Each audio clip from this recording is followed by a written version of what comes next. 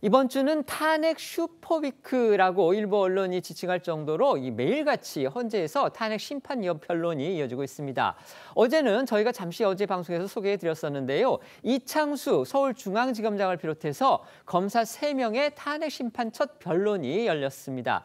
이 자리에서 국회 측은요, 윤 대통령 탄핵 심판을 대하는 그런 태도와는 또 정반대의 모습을 보여서 논란을 자초했습니다. 네, 어제 열린 검사 탄핵 심판 첫 변론기일에서 이 국회 측과 검사 측은 심판 속도를 두고 신경전을 벌였습니다. 재판부가 오는 24일에 변론 종결을 하겠다고 밝히자 이 국회 측이 절대적 시간이 부족하다며 기일 연기를 요청했고, 그러자 피청구인인 검사들은 오늘 당장 신문을 맡을 수 있다. 기왕 이렇게 된 거 오늘 진행하자면 심리 시간을 더 단축하자고 주장을 했습니다. 이에 국회 측은 다시 한번 대법원 자료를 검토하지 못했다는 이유로 항변했고요. 이런 국회 측 주장에 검사 측은 더욱 발끈했습니다. 검사 측은 재판부를 향해 저희는 단 한 번의 자료 제출 기한도 놓친 적이 없는 반면 청구인 측이 제출 기한을 지킨 것이 있느냐며 국회 측의 절차 지연으로 피청구인이 피해를 보는 것은 적절하지 않다고 말했습니다.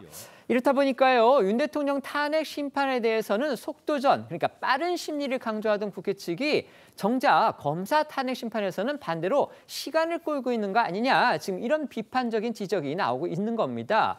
어제는 문형배 헌재소장 권한대행도요, 이런 국회 측의 행태에 대해서 일침을 가했습니다. 네, 문 대행은 이 국회 측의 절차를 지연시키고 있다라는 이 검사 측 주장에 대해 이런 사태를 막기 위해 준비기일에서 이 신문 준비를 원만히 했으면 좋았을 것이라면서 사실상 국회 측을 비판을 했습니다.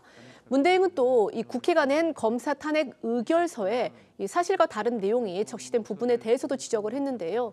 앞서 국회가 이 탄핵 소추 의결서에 이창수 지검장이 김건희 여사 수사 결과를 발표하면서 허위 브리핑을 했다라고 적시를 했지만 당시 이 지검장은 언론 브리핑에 참석하지 않았습니다.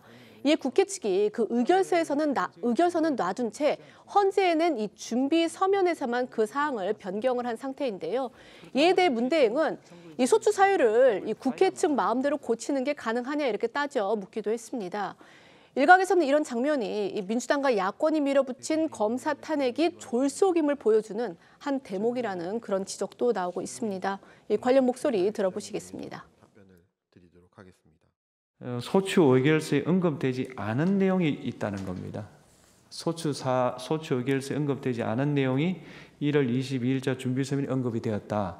그러면 다음 문제는 그럼 임의로 추가하는 게 허용되느냐, 추가 내지 변경하는 게 가능하냐, 이 질문을 합니다.